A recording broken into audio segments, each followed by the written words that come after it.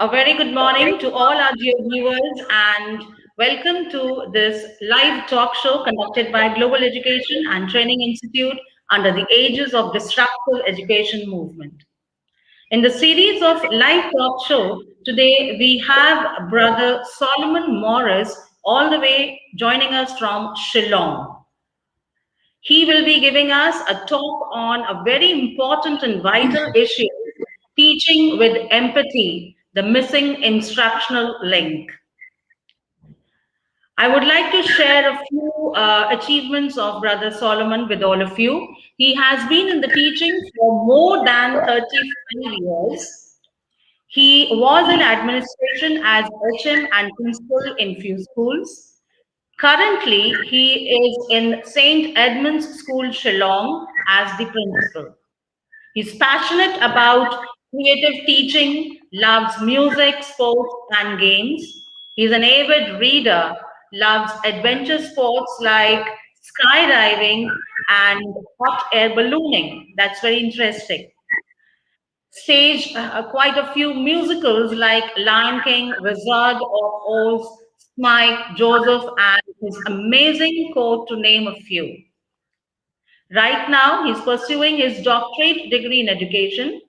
He's also involved in conducting staff development programs in various schools. So now I hand over the platform to Mr. Morris, Brother Morris, for this very important talk, which is going to share his thoughts through uh, this disruptive education movement platform. And we are very eager to listen to you on this. Over to you, sir. So, very good morning to all the viewers. At the outset, I would like to thank GETI for giving me the opportunity to share a few ideas with my fellow right across our schools. Uh, and I would also like to invoke God's blessing, first of all the teachers who are, let's say, the frontline workers dealing with so many issues while instructing the children. And the topic that I'm going to share with all my teachers would be teaching with empathy, the missing instructional link. So, first of all, before I start, I would just like to touch upon um, um, the new education policy, the national education policy, and what it has to say on the role of teachers and the teacher education system. A lot of stuff is written on the revamping of the teacher education, uh, revamping the structure, the regulation, and the governance. And definitely, the role of teachers is given prime importance, and the training of teachers also is being seen to be an important issue. And I personally feel the training of teachers is vital, and it's a big challenge. um, but while reading through the entire uh, the national education policy, especially in the section of teacher education, while the emphasis is on academic qualifications and the eligibility requirements, there is something that is missing in the document, and we fall short on these things, these 2 points, especially the attitudes and the disposition that teachers need to have when they go into a classroom, especially when you're dealing with students and children.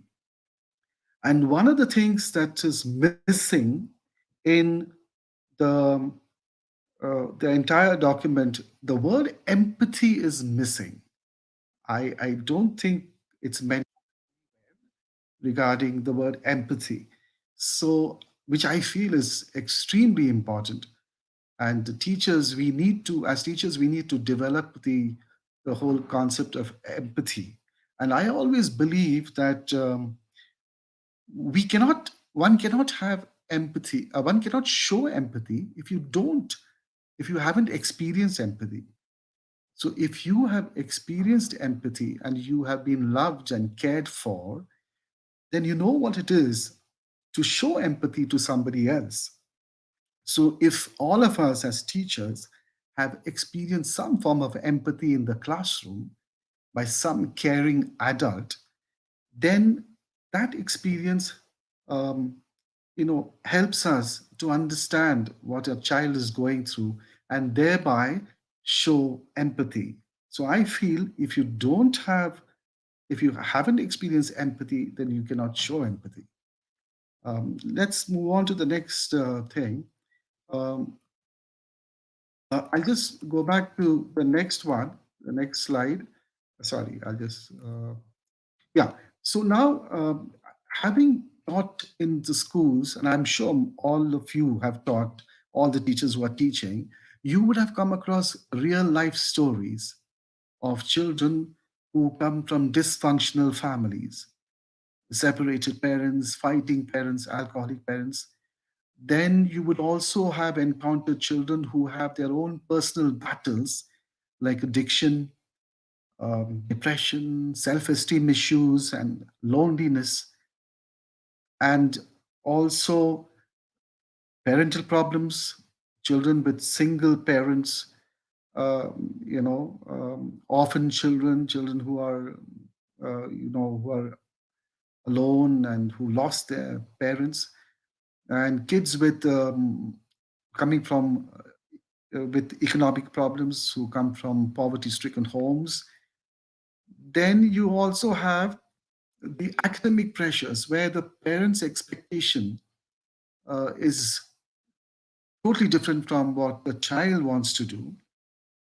So you have children caught in that, struggle. Uh, what they want to do is totally different from what parents want to do. We are reminded of the story of three idiots, you know. Then the peer pressure that they face in the classroom. Now, with the COVID-19 situation, the pandemic effect has opened up a whole lot of things, and children are getting addicted to gadgets and screen time. Kids are lonely, they become reclusive, they face a lot of stress, they don't know how to handle studies, time management, uh, apathy, indifferent, they don't want to come to school. There are kids who are lost, who are rudderless, who are demotivated. Their whole timing is gone haywire and they're not getting interaction. All these are additional problems that kids are facing. And we as teachers, we need to know that this is what a child is bringing into the classroom. They might not show it, but some of the children go through these things. Some of the words, like just put over there, suicidal tendencies, you know, um, disconnected from peers. That's a very um, relevant one today, especially when you have children staying at home.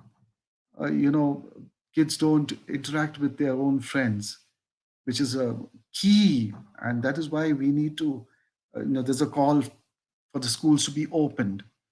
Um, so these are the problems that the kids are facing. And what is our role as teachers? What is our role as teachers?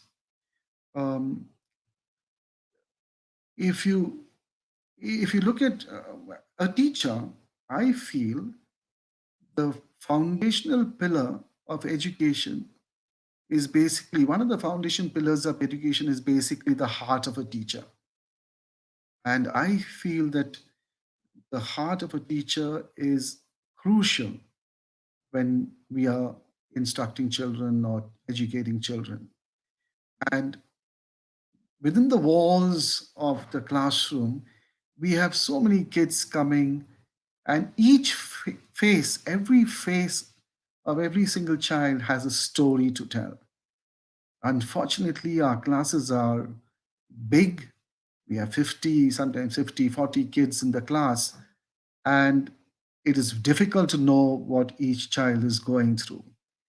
But even if we are aware that each child, every face has a story to tell, now it's up to us to find opportunities where a child can tell you what he is going through. And that is the beginning of stirring up empathy within us. So, what we need to remember is every child, every face has a story. Someone, I read somewhere, you know, that I expect to pass through the world but once.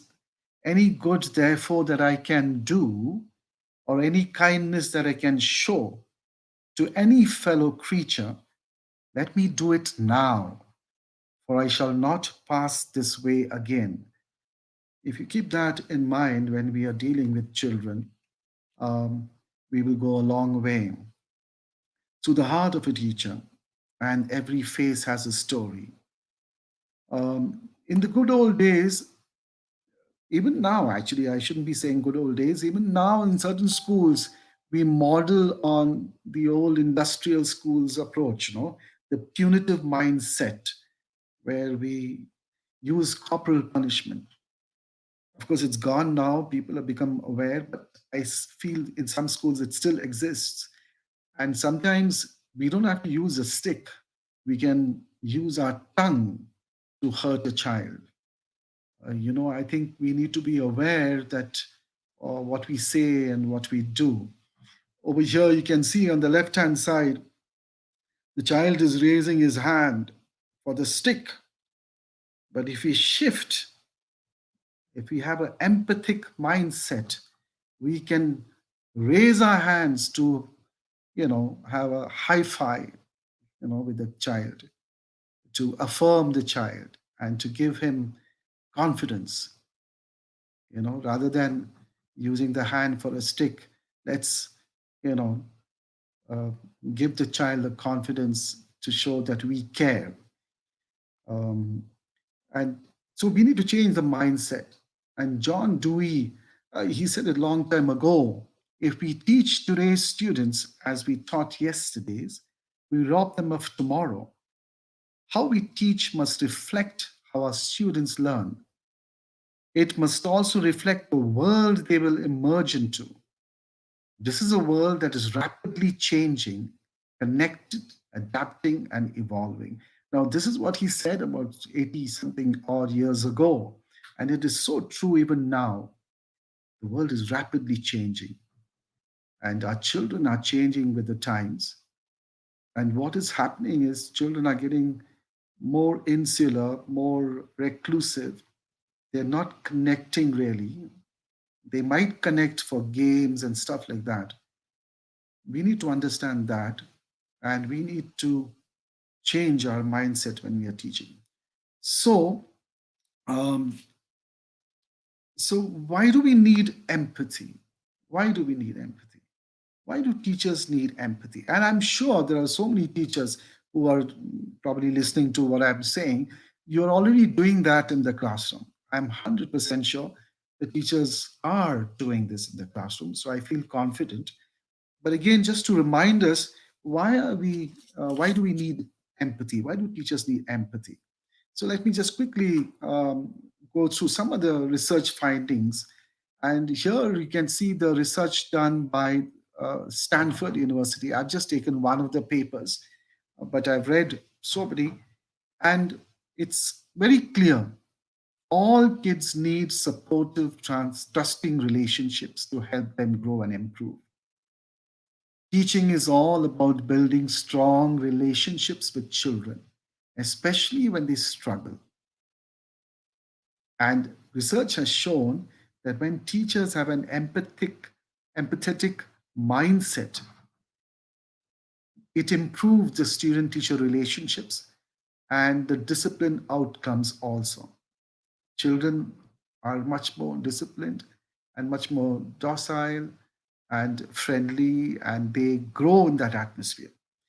And the findings of these three research scholars, educationists, they've shown that uh, the number of suspension has been reduced from 9.6% to 4.8%. This when the teachers use an empathetic approach. Um, so another thing, I had attended a few webinars. In fact, I attended a webinar by Getty. Getty had organized a webinar in January for 4 days, where they invited a number of international speakers. And one of the things that came out very strongly right across was one of the jobs that the teachers have is to promote and facilitate resilience among our children.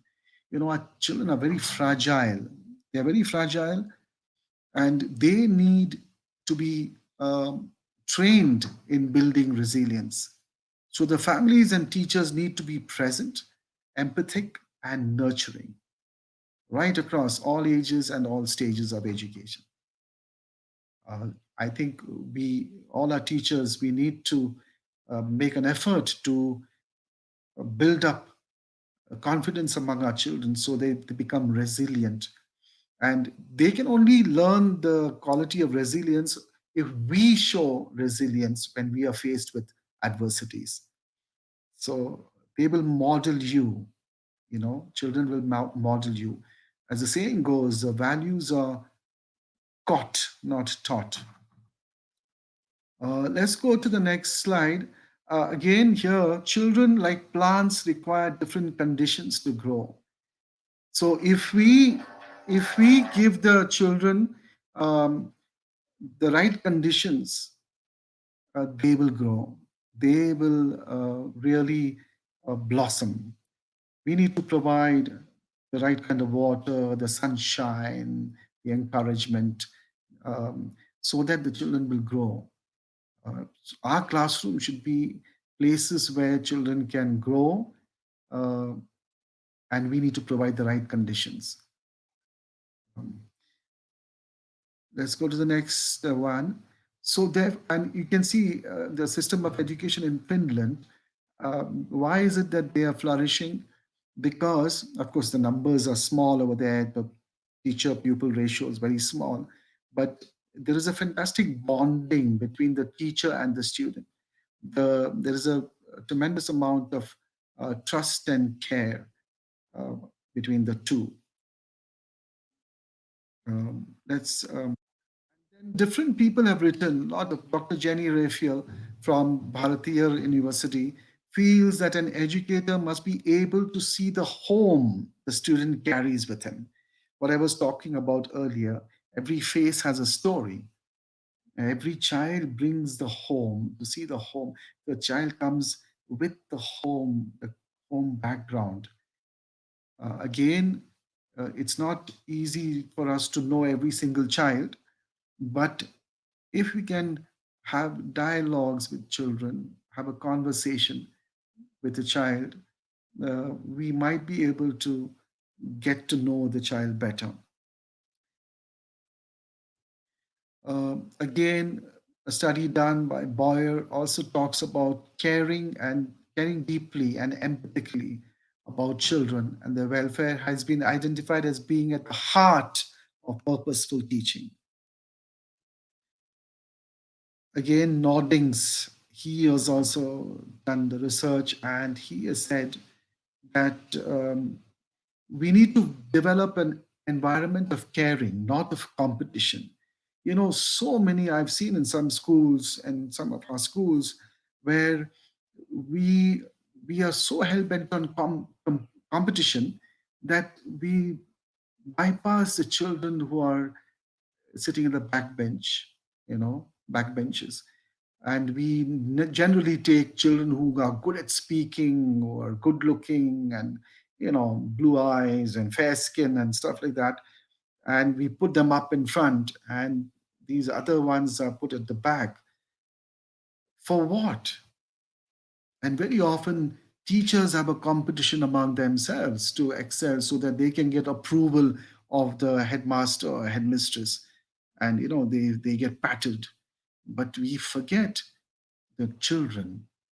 So I would prefer to put a child who's stuttering or stammering or who's a little clumsy, give him space on the stage so that he shines and he gets that moment of acceptance and affirmation and accolade so that he blossoms, but here what happens is we generally want to put our best in front on the stage so that we get the we as teachers get the recognition, but it's all about the child.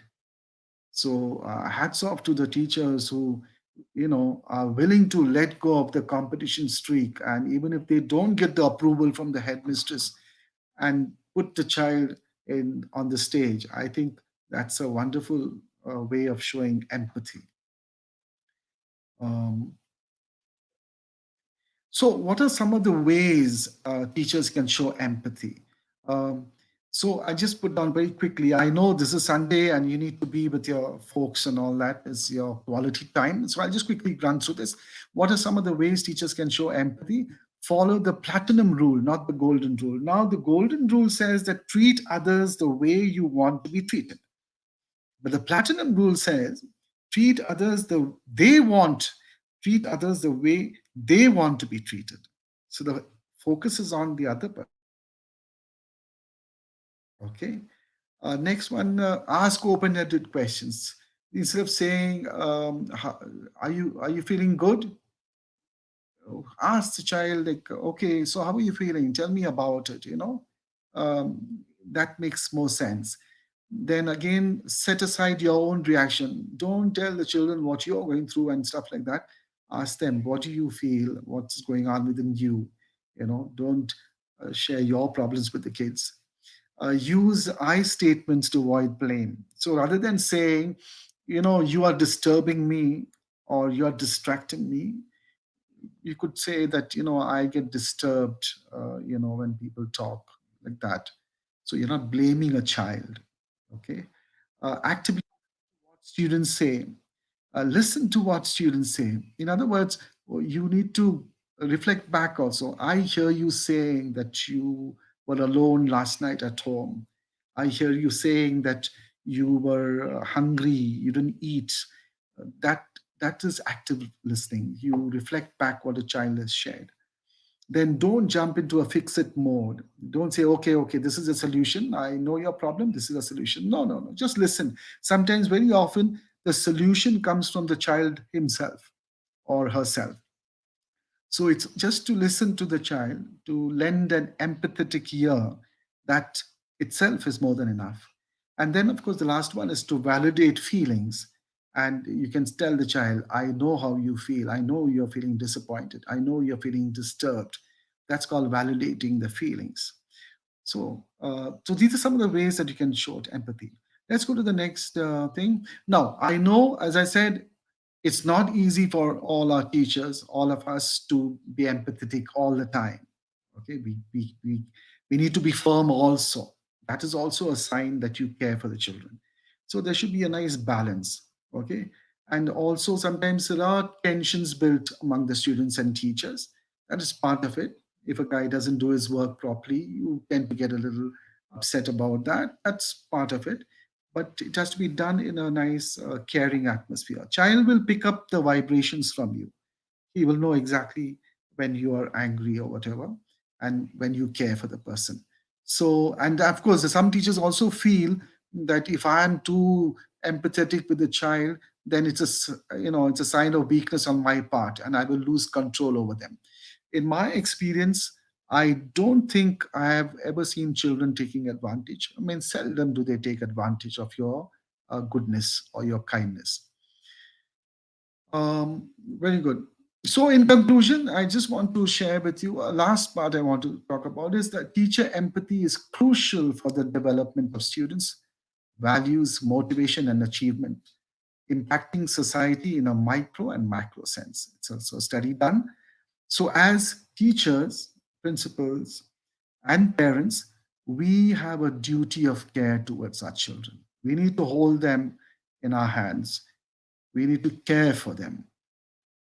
It's challenging, it's very challenging, but I think children need caring adults. So that's with that I come to the conclusion of my talk. Thank you very much.